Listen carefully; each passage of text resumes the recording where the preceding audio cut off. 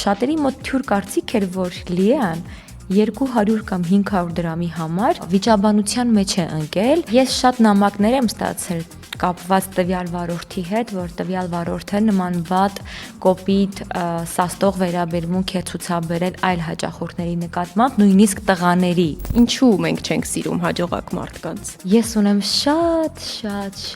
քիչ թվականակով ընկերներ եւ նույնքան քիչ թվականակով հարազատ մարդիկ։ Գործընկերներդ չեն կարող դառնալ քո մտերիմ ընկերները։ Գործընկերները գործընկերներ են։ Բացառել ես այդ։ Գործընկերներին անձնական դաշ չեմ բերում։ Քո մասնակցությամբ սեքսադարան հաղորդումը, որը շատ քննարկվեց, կա զղջում, որ վարել ես այդ հաղորդումը։ Երբեք հեռուստասերիալում անկողին մտնել եւ համբուրվել, որը որ իրականացվում է, դա նորմալ է,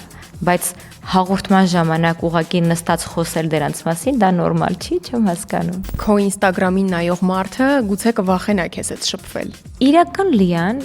միս